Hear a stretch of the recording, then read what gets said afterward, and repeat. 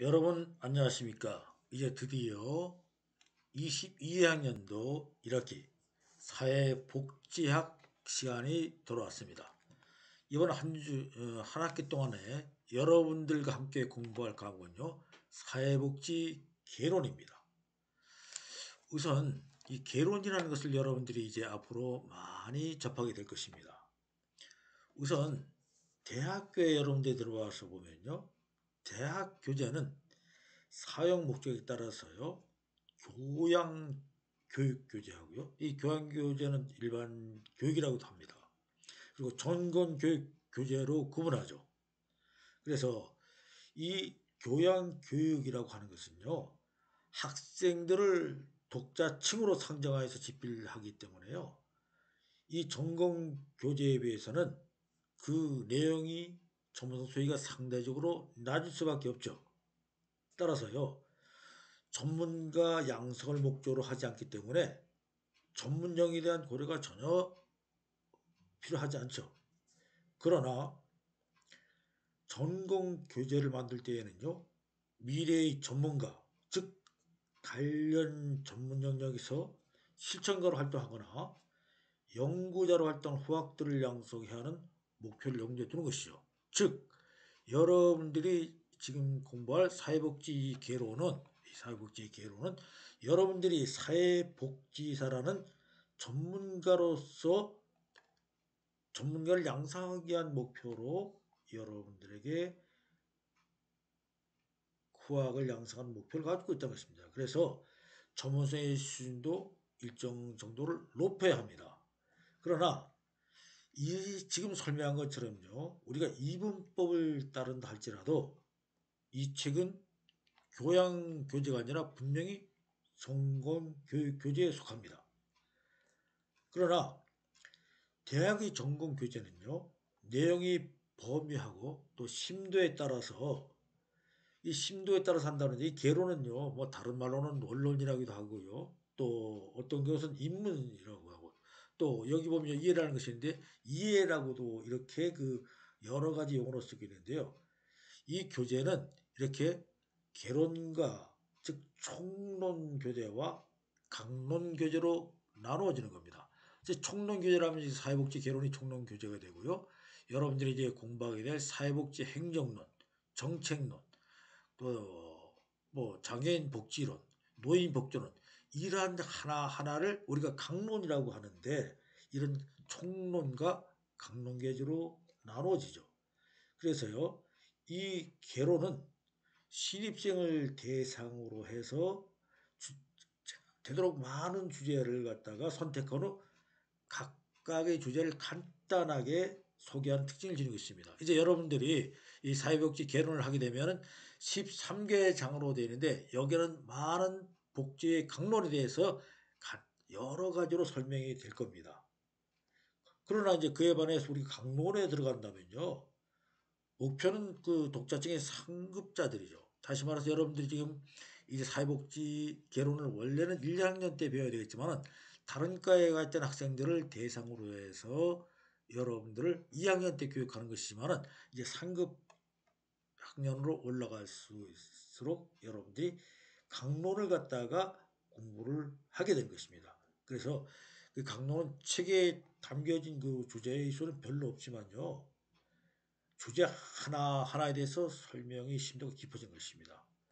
그래서 그러한 측면에서 본다면 이 책은요, 강론이 아니라 개론 교재라는 것을 여러분들이 염두에 두셔야 할 겁니다. 그러나 분명하게 여러분들에게 짚고 넘어갈 것은, 비록 이 책이 강론이기는 하나 나는 여러분들에게 가능한 한 원칙적이고 원론적이고 근원적에 접근함으로 해서 여러분들이 강론을 공부한 것 이상의 효과를 달성할 수 있도록 여러분들을 이끌어갈 것입니다.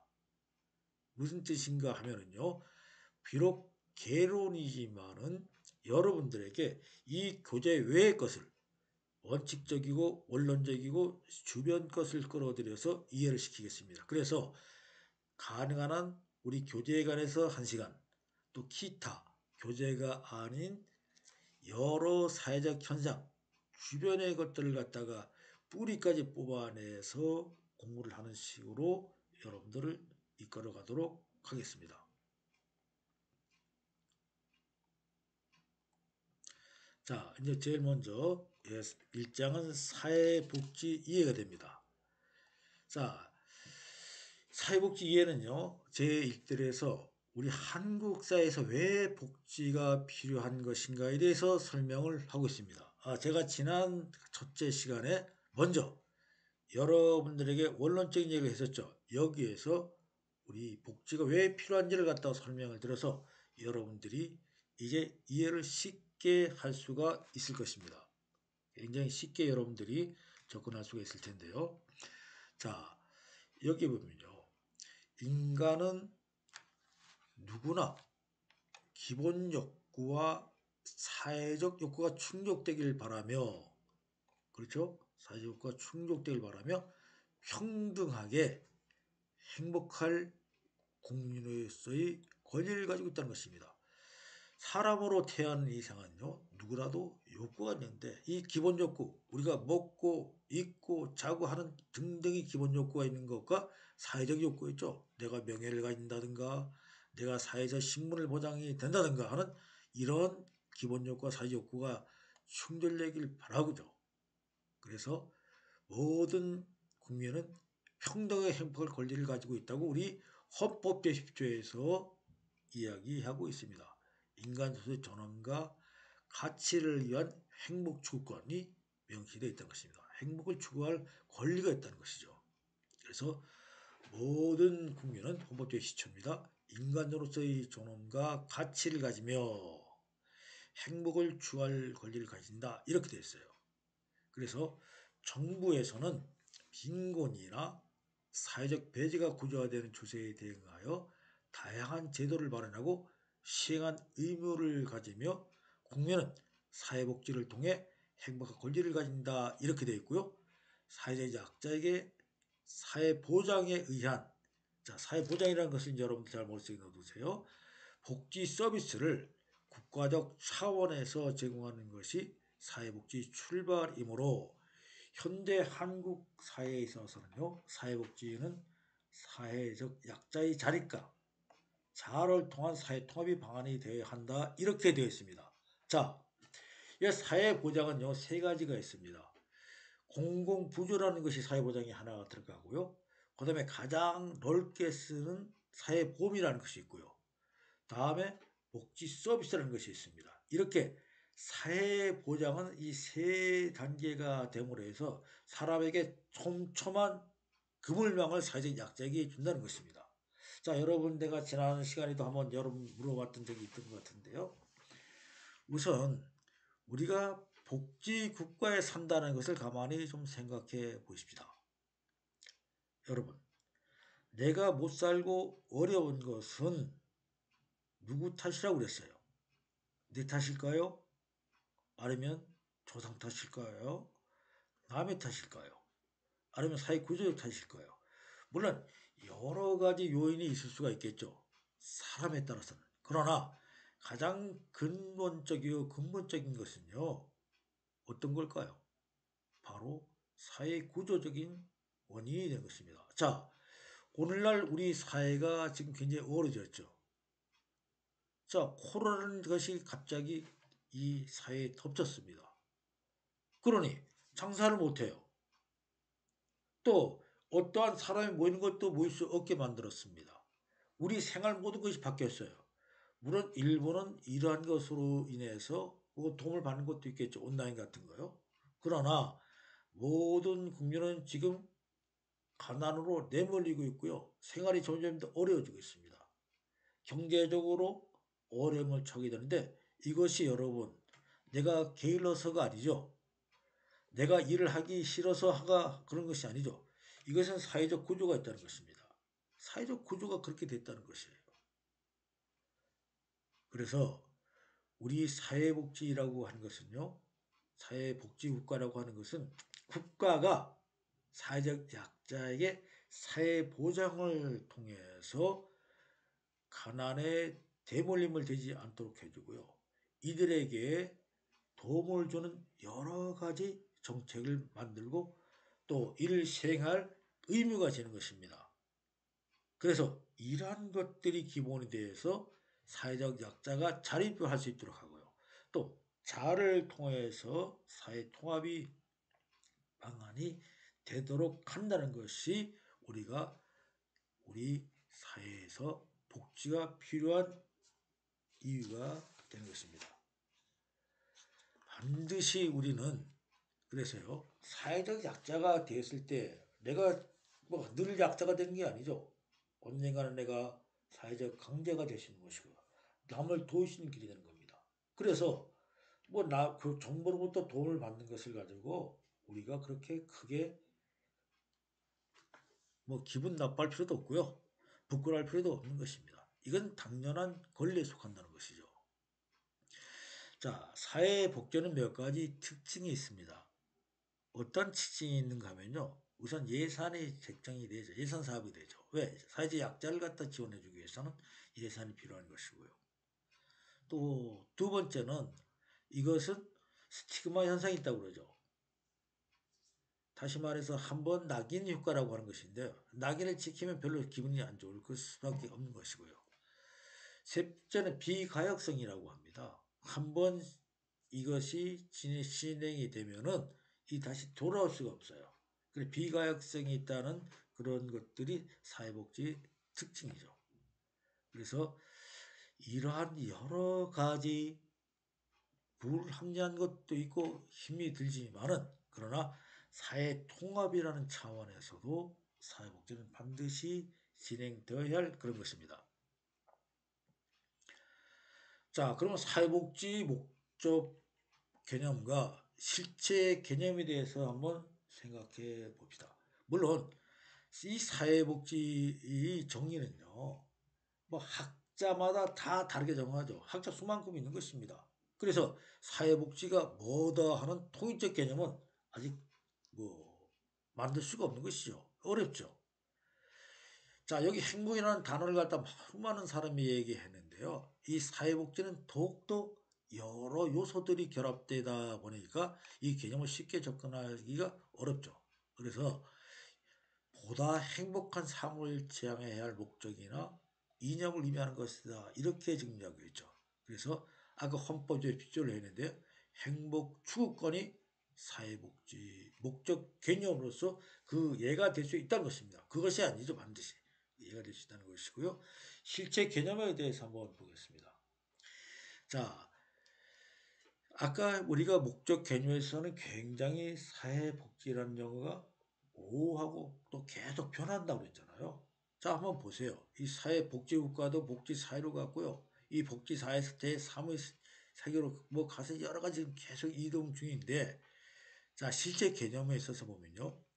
복지 목표를 실현하기 위한 국가의 다양한 노력이 시행되는 것과 관계가 있는 것으로 제도나 시행 주체 및 대상 그리고 재원 등의 방법으로 사회복지의 실체를 제도로 구현하는 것입니다. 즉, 이 사회복지라고 하는 것은 실제 일을 갖다가 제도화해서 일을 갖다 실천해 나가는 즉 구현하는 것이 바로 실제 개념이 되는 겁니다. 이러기 위해서는 무엇을 할까요? 그래서 여기는 제도가 만들어지면 시행 주체가 있을 거 아니에요. 우리는 대개 지금 복지처가 되게 이런 데를 하는데요. 그리고 대상이 있고요. 사회적 약자가 대상이 되게 많죠. 그리고 재원 등의 방법으로 어떻게 예산을 확보할 것인 거죠. 이런 것들이 이제 사회복지의 실체를 제도로 만들어서 이것을 구현하는 것이다. 이런 것을 의미한다는 것입니다. 그래서 사회복지 정의, 복지 목적 개념과 실체 개념에 알아봤습니다. 여러분들 이제 책을 보면은 뭐 여러 가지 많은 것들이 지금 나와 있으니까 이건 한번 읽어봐 주시는 게 좋을 것 같아요. 한번 읽어보세요.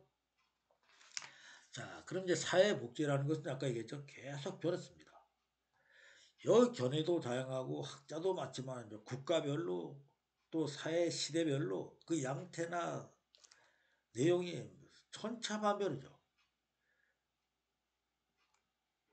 자, 이제 뭐 사회복지는 자비라든가 뭐 사랑이라든가 이러한 인도주의 동기에서 도움을 주는 것으로 생각하기도 하는데요.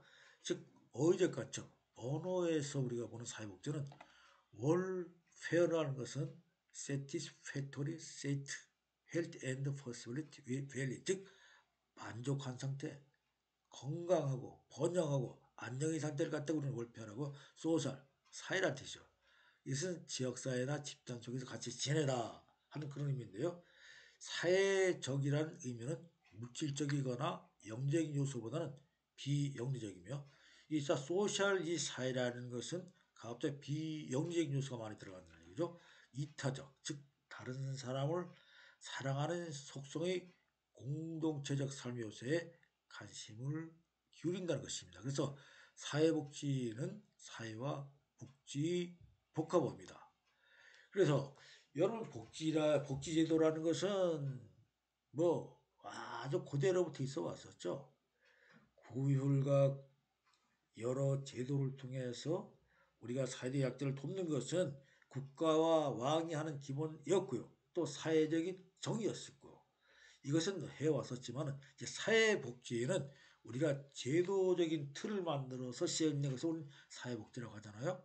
그래서 어적인 관점에서 사회복지라는 것은 한 사회를 구성하고 있는 국민들에 대한 복지다. 그리고 인간 생활의 만족스러운 이상 상태를 뜻한과 동시에 그 이상 상태를 제한하는 구체적인 실천 활동까지를 포함하는 개념이다. 이렇게 되어 있죠. 따라서 사회복지 어느 정이면은 공동체 사회에서 자 내가 내 가족을 돕는 것에서 우리는 사회복지를 하는 겁니다. 사회 내적인 관계를 기초로 구성원들 외 전생에 걸쳐서 이 사회복지는 전생에 걸친 것입니다. 사람은 인간은 어머니에게 수정된 것부터 해서 이제 무덤에 들어갈 때까지 즉 요람에서 무덤까지 전생에 걸쳐 건강하고 안락한 바람직한 삶을 추구하는 사회적 노력이다. 이렇게 의적 관점에서 사회복지를 설명할 수 있다는 것입니다. 자, 우리 사회복지는 이렇듯이 우리가 사회 내에서 모든 인간의 행복을 추구할 수 있도록 전생에 걸쳐서 행복하고 또 건강하고 안락한 그러한 바람직한 삶을 갖다가 살 수 있도록 사회적으로 노력하는 것이다 이것이죠. 그러나 이제 조금 더 우리가 한자를 갖다가 좀 파해를 해봅시다. 이 복복자죠. 이 복복자입니다. 이것도 복지자입니다. 여러분 중국에 가면 길에 이런 거 써 있잖아. 지자.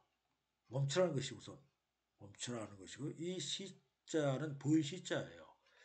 이 되게 이제 그 신 앞에 쓸 때 이 보유시자를 많이 쓰죠. 이 가득할 복자고요. 또 지자는 보유시자에 대해 그칠지 발지 발로 걷는다는 뜻이죠. 또 멈출지 이렇게 얘기하는데요. 이거를 한자로 파쇄하면요. 자, 요 복자를 갖다가 보이는데 신 앞에 나타난다는 신이 나타났다는 뜻이 보인다는 뜻이고 요 일자는 하늘을 뜻하는 것입니다. 요 구자 있죠. 구자는 옛 노풀고의 약자라고 합니다. 노풀고 약자. 그리고 요 밭전자죠. 밭은 곡물을 수확하는 비옥한 그 밭이죠. 이것에 땀 흘려서 일을 하는 겁니다. 그래서 자, 요 시자 플러스 일자, 구자, 전자를 갖다가 합쳐서 하늘나라에 곡물을 많이 생산해서 재단이죠. 차곡차곡 쌓아놓은 것이죠. 보기 좋죠. 밭에 높이 낯가리를 쌓고 하늘까지 달 수 있도록 만들었고 이거를 재단에 올렸으니 얼마나 기쁘겠습니까.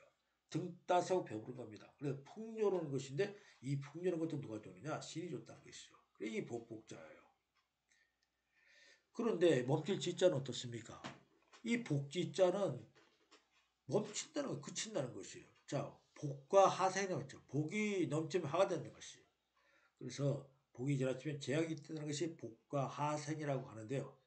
이 사람이 끝없는 욕망 속에 있으면 사람 자꾸 더 갖고 싶었는데 이 욕망에서 숨을 고르라는 뜻입니다. 멈추라는 것이에요. 즉 과도한 욕망이라 싶으면 버리는 것이 마음의 안정을 찾는 길임을 암시하는 것입니다.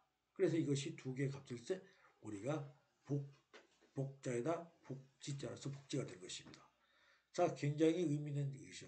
저는 이 한자가 우리 서양의 소셜 월페어보다는 훨씬 나은 그러한 그 의미를 갖고 있다는 것을 생각하고 있습니다. 그 한자를 갖다 파쇄해서 여러분들에게 설명을 드렸습니다.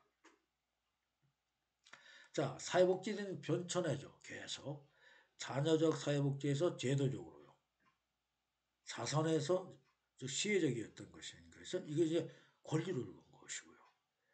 자, 특수한 봉사활동 사업이 이제 보편적으로 한 겁니다. 이제 누구라도 다 사회복지를 갖다가 하게 된 것이죠. 그리고 최저 조건 충족이 아니죠. 이제 최적. 이제는 가장 좋은 조건까지 우리가 충족돼서 사회복지로 나간다는 것이고요. 개인적 차원이 아니라 이제 사회적 차원에서 복지가 되고요.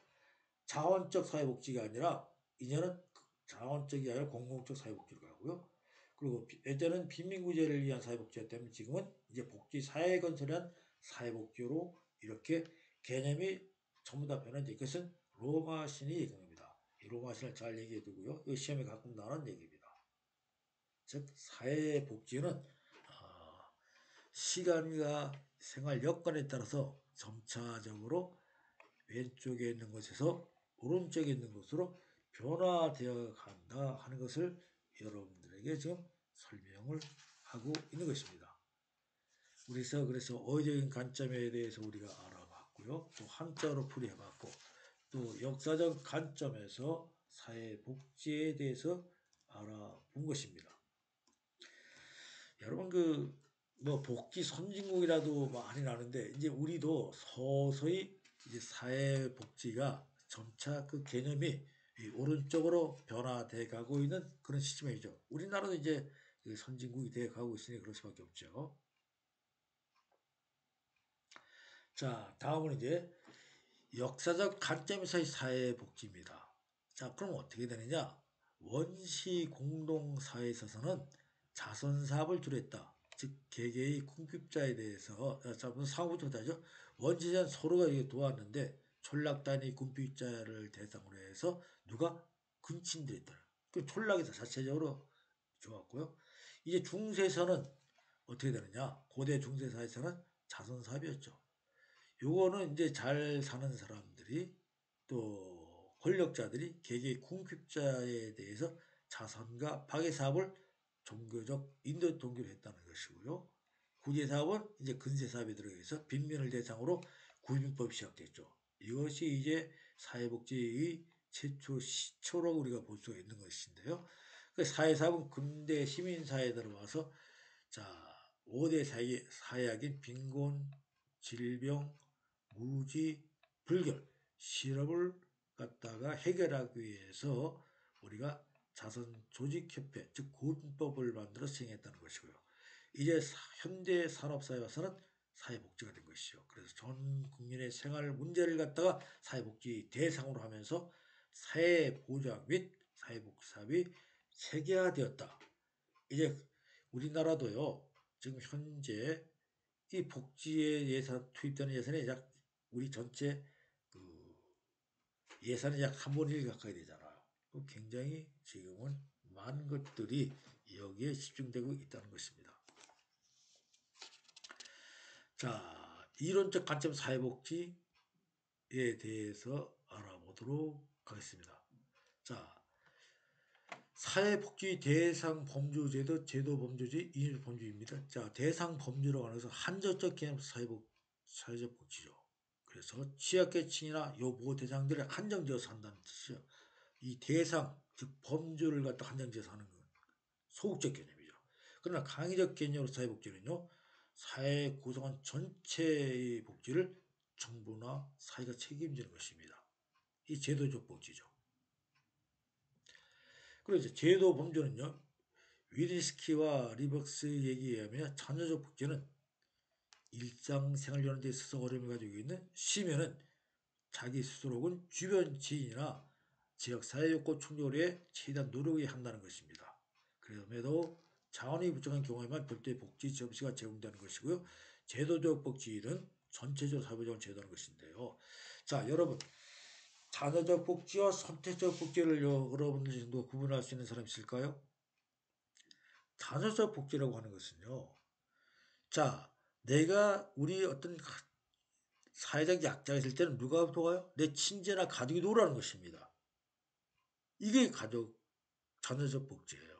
선택적 복지라는 것은 국가나 사회에서 사회적 약자를 대상으로 지원해 주는 것인데 이 자녀적 복지는 상당히 문제가 있는 것이죠. 그러나 제도적 복지는 이제 앞으로 점차 사회보장 제도를 통해서 전 국민에게 복지를 제공하는 그런 것이 제도적 복지죠. 자녀적 복지는 사회적 약자는 누가? 친지나 가족이나 또는 그 지역 사회가 도우라 이겁니다. 자, 그리고 다음에 이념 범죄에서 한번 보겠습니다. 자, 선별주의와 보편주의가 있는데 선별주의라고 하는 것은 다수 국민 가운데 특정 집단, 다시 말해서요. 자, 지금 여러분들 시간이 별로 없으니까 이제 하여튼 빠르게 진행합니다. 노인, 장애인, 빈곤자 등 공공구조에 대상이 되는 지역계층 요구를 충족시키는 정책이나 급여죠. 이것은 특정한 아동, 노인, 장애인 같은 사회적 약자에 대해 공공구조에 대상이 되는 지역계층을 요구를 충족시키는 것이죠. 자, 공공구조는 여러분 이분들에게 어떠한 지원이 된다면 그걸 갖다가 다시 이분들 갚을 필요가 있나 없나요? 없죠. 그래서 프로그램의 사회 서비스를 제공하는 것이고요. 보편주의는 발생 원인이 해당 사회 전체의 불안전성과 불평등이 있다고 간주하고 자, 보편주의라는 것은 사회 문제의 발생 원인이 어디에? 해당 사회 체제의 불안전성과 불평등이 있다고 간주하고 이를 완화 및 해결하기 위해서 공적 차원에서 개입한다는 관점으로서 사회 모든 구성을 대상으로 관장한다는 것입니다. 오늘날 우리가 복지 국가라고 하는 것은 바로 이러한 이유 때문에 국가가 책임져야 한다는 것이죠. 그래서 이념적 범주까지 알아봤습니다. 그래서 우리는 지금 대상 범주주의, 제도 범주주의, 이념 범주주의에 관해서 알아본 것입니다. 자, 다음 이제 사회복지 가치에 관해서 알아보겠는데요. 제가 매년 이 사회복지 가치에 관한 것에서는 우리 선배들께는 항상 이 시험 문제에 내서 쓴 적이 있었어요. 자, 평등은요, 사회복지의 가장 기본적인 가치죠. 누구나도 인간은 평등해야 하는 것입니다. 즉, 사회적 자원의 재분배를 통해서 자, 재분배는 어떻습니까? 우리 사회가 때문에 이제 세금이라는 걸 걷어서 이것을 다시 사회 약자에게 나눠줌으로써 재분배를 하는 것이죠. 사회 구성원의 삶의 질을 동등한 수준으로 향상시킴으로써 모든 인간이 누가요? 모든 인간이 인간답고 만족스러운 삶을 영위할 권리를 추구하는 것을 기본 이념으로 한다는 것이죠. 평등한 사회를 만든다는 것이죠. 그러나 이 평등은 유형이 있죠. 수량적 평등, 산술적 평등이 있는 것이죠. 비례적 평등이 있죠. 개인의 욕구나 능력에 기함에 따라 다른 것이죠. 또 기회 평등이 있죠. 결과는 무시하고 가정사의 기회가 평등하게 주어낸 것을 갖다가 의미하는 이런 것이 있는데 이 의미는 여러분들이 대충 아마 알 것이에요. 자, 수량적, 비례적 평등이 있고 기회의 평등이 있다 하는 것을 갖다가 우리는 아마 대충 알 건데요. 자, 여러분 우리가 수량적 평등이라고 하는 것은 평등의 가장 적정이라고 하는데 이러한 수량적 평등이 우리 사회 평등으로 제시됐을까요? 비례적 평등은 능력에 따라 기회에 따라 좀 다르게 받는 것이죠. 그리고 기회 평등 결과는 것이고 가정사의 기회가 평등해 주는 겁니다. 다시 말해서 여러분들 우리 대한민국에 누구라도 공부를 할 수 있잖아요. 또 누구라도 어떤 시험을 볼 수 있고요. 이런 것들이 기회 평등이 될 수 있는 것이죠. 자, 여기 이제 자유가 있었고요. 연대가 있고 정의가 있습니다. 자, 자유는 개인의 어떤 것을 벗어나는 것이고요. 연대는 돈자적으로 생각할 수 없죠. 인간은 사회적인 동물입니다. 그래서 인간은 사회성을 신용 내포한 동시에 상호 책임도 강조했던 것이죠. 즉 연대로 한다는 것은 상호 책임도 반드시 필요하다는 것이고요. 정의죠. 아리스토텔의 정의는 개인이 자기 것을 취하고 법이 정하는 바대로 하는 미도를 규정했습니다. 그리고 정의의 본질은 평등에 있다고 주장하면서 평균적 정의와 일반적 정의, 배분적 정의로 구분해서 설명하였다 이거죠. 자, 좀 빠르게 진행하겠습니다. 이제 자, 사회복지에서 이타주의가 있고 잘 알죠? 인간 존중, 자기 결정권이 있습니다. 자기 결정권은요, 모든 개인은 자기 삶에 대해서 스스로 결정할 수 있는 권리가 있다는 것을 말하는 것이 되는 것입니다. 자, 사회복지 이제 뭡니까? 신자유주의. 자, 복지국가가 지역된 동간 국가가 지나친 개입으로 인해서 관료와 비효율성, 비민주성이 보편화되고 결국 정부의 방만한 경영과 재정 건전성이 파탄되는 현상이 발생했다고 판단하여 국가의 역할을 최소화하는 소극적이고 제한적인 기능으로 한정시키려 하는 것이 신자유주의입니다.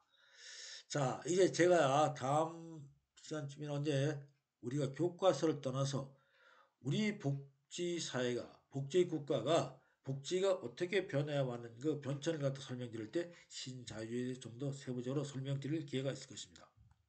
자, 사회민주주의는 시장 제도가 원활한 기능을 수행하기 위해서는 국가의 적절한 개입이 반드시 필요하다는 것인데 특히 공공재에서 말할 거 없죠.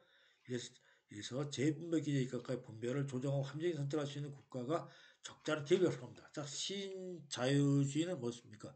국가가 이제 그 비효율적이다 봐서 소극적으로 나가는 것이고요. 사회민주주의는 합리적인 선택을 할 수 있도록 보다 더 옥죄는 선택이 되는 것이죠. 이렇게 사회복지 이념을 각기 다를 수 있다는 것입니다. 자, 보수주의, 자유주의. 자, 보수주의는 근본적으로 개인의 자유에 초점을 둔 것이죠. 자유주의는 보수주의 가치와 유사하게 자유나 개인주의 및 사기업에 대한 책임들을 강조해서 시장 중요성을 인정하면서도 정부 책임은 최저 수준으로 접근한 것을 선호한다고 했어요. 자, 진보주의, 급진주의. 자, 진보주의는 자율성과 경제적 평등이라는 가치를 옹호하는 것이죠. 그러나 급진주의의 특징은 이념을 신하는 것에 있어서 가격하고 급진적인 방법을 통한 사회 변화를 바람핀 것으로 여기는 이해이 되는 것입니다. 자, 이로써 여러분들에게 이제 사회복지개론 제1주차 강의를 마치겠습니다. 먼저 여러분들에게 제가 이야기하고 싶은 얘기들을 먼저 저변에 관한 것들을 한 50원에 걸쳐서 했고요. 이번 시간에는 사회복지 우리가 교과서에 들어와서 제1장에 관해서 여러분들에게 강의를 시작했습니다. 아마 다음 주는 1주차는 이렇고요. 다음 주는 여러분들 대면 교육으로 학교에서 여러분들을 만나서 교육을 진행할 수 있도록 하겠습니다. 자, 대단히 수고 많았습니다. 감사합니다.